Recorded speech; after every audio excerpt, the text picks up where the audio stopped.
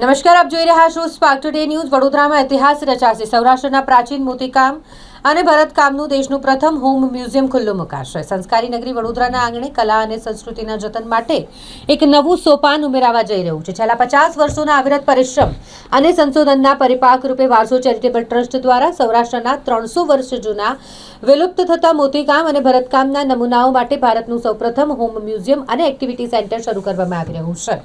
Doctor Gita શેઠ ભટ્ટનું 50 વર્ષનું તપ આ પ્રોજેક્ટ પાછળ રહેલું છે। તેમની 5 દાયકાની મહેનત રહેલી છે। 50 વર્ષ પહેલા જ્યારે તેમણે જોયું કે પ્રાચીન મોતીકામની કલા વિસરાઈ રહી છે, ત્યારે તેમણે નક્કી કર્યું કે અમૂલ્ય વારસાને આવનારી પેઢી માટે સાચવવો જોઈએ। તેમણે સમગ્ર સૌરાષ્ટ્રમાં પ્રવાસ કર્યો, અત્યંત દુર્લભ એવા મોતીકામ અને ભરતકામના નમૂનાઓ એકત્રિત કર્યા છે। ઇટાલિયન ક્રિસ્ટલ મોતીનો ભવ્ય ઇતિહાસ મ્યુઝિયમની વિશેષતા એ છે કે તેમાં આશરે 300 વર્ષ જૂના ઇટાલિયન ક્રિસ્ટલ મોતીમાંથી બનેલી વસ્તુઓ જોવા મળશે। આ મોતી ઇટલીથી આફ્રિકા થઈને સૌરાષ્ટ્રમાં આવતા હતા, જેમાંથી સૌરાષ્ટ્રની બહેનો દીકરીઓના દહેજ માટે અદ્ભુત શણગારની વસ્તુઓ તૈયાર કરતી। 1947 પછી ભારતમાં મોતી બનવાના શરૂ થયા, પરંતુ પ્રાચીન ઇટાલિયન મોતીની જે ચમક અને ગુણવત્તા હતી તે અજોડ છે। આ માત્ર એક પ્રદર્શન નથી, પરંતુ એક એક્ટિવિટી સેન્ટર પણ છે, જ્યાં કલાકારો, સંશોધકો અને કલાપ્રેમીઓ પ્રાચીન કલાનો અભ્યાસ પણ કરી શકશે। કાર્યક્રમ આજનો કાર્યક્રમ આ તો એક જેને કહીએ ને ઝલક છે। આ ઝલક છે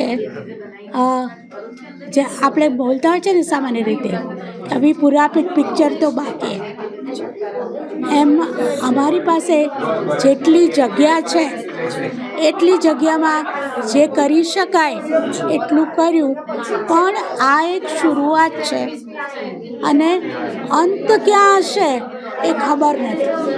પણ અમે ઈચ્છીએ કે આનંદીબેન પટેલ જેવા, અનારબેન પટેલ જેવા લોકો જો રસ લેતા હોય તો આ એક કલા ખરેખર મરવા પડી છે। અને ઓલમોસ્ટ એમ માનો ને કે મને ખબર છે 5 વર્ષ પહેલાં એક વ્યક્તિ મોતીનું કામ કરતી હતી, એની પાસે 800 બહેનો હતી, આજે 50 છે। હવે આજે થતું રહ્યું છે એનું કારણ એ છે કે ડિમાન્ડ નથી। હવે આપણે કદાચ એનું અનારબેન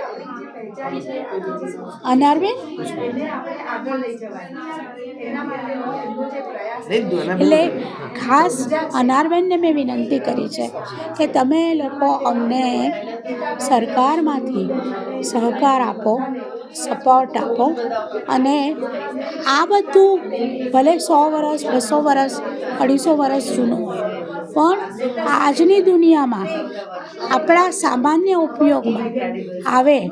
જેમ કે આપે જેકેટ પહેર્યું છે, અમે પુરુષોને ગમે એવું એક નાનું બ્રુચ બનાવીને તમને આપી શકીએ।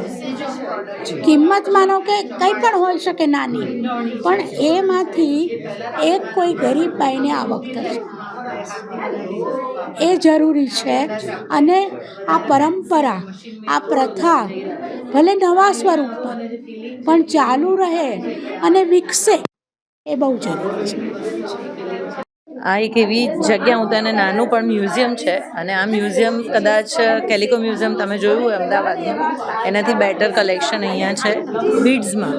અને જે બી આટલા બધા વર્ષોથી એમણે જે ભેગું કર્યું છે, કલેક્ટ કર્યું છે ગીતાબેને, એ બહુ મોટી વાત છે। એટલે બરોડા માટે ઇટ્સ અ પ્રાઉડ મુમેન્ટ કે આવી કોઈ જગ્યા ખુલી કે જેનાથી આપણે કદાચ નેક્સ્ટ જનરેશનને પણ બીડ્સ રિલેટેડ જેટલું બી છે એનું જ્ઞાન આપી શકીશું। અને આ આખું કાઠિયાવાડનું ટ્રેઝર છે, અને કાઠિયાવાડની ગામની જે બહેનો હોય એ બહેનોએ પોતે બનાવેલી પ્રોડક્ટ છે। અને હું વધારે ડીપમાં જોઉં છું કે આ હજી પણ ગામડાઓ સુધી પહોંચી શકે, અને આપણું જે હેરિટેજ છે એ હેરિટેજ આવી જ જગ્યાઓથી જીવતું રહેશે। આવીને આવી વધારે ને વધારે જગ્યાઓ બને। સો વારસોને કોંગ્રેચ્યુલેશન્સ અને ગુડ લક કે આગળ વધે। Thank you.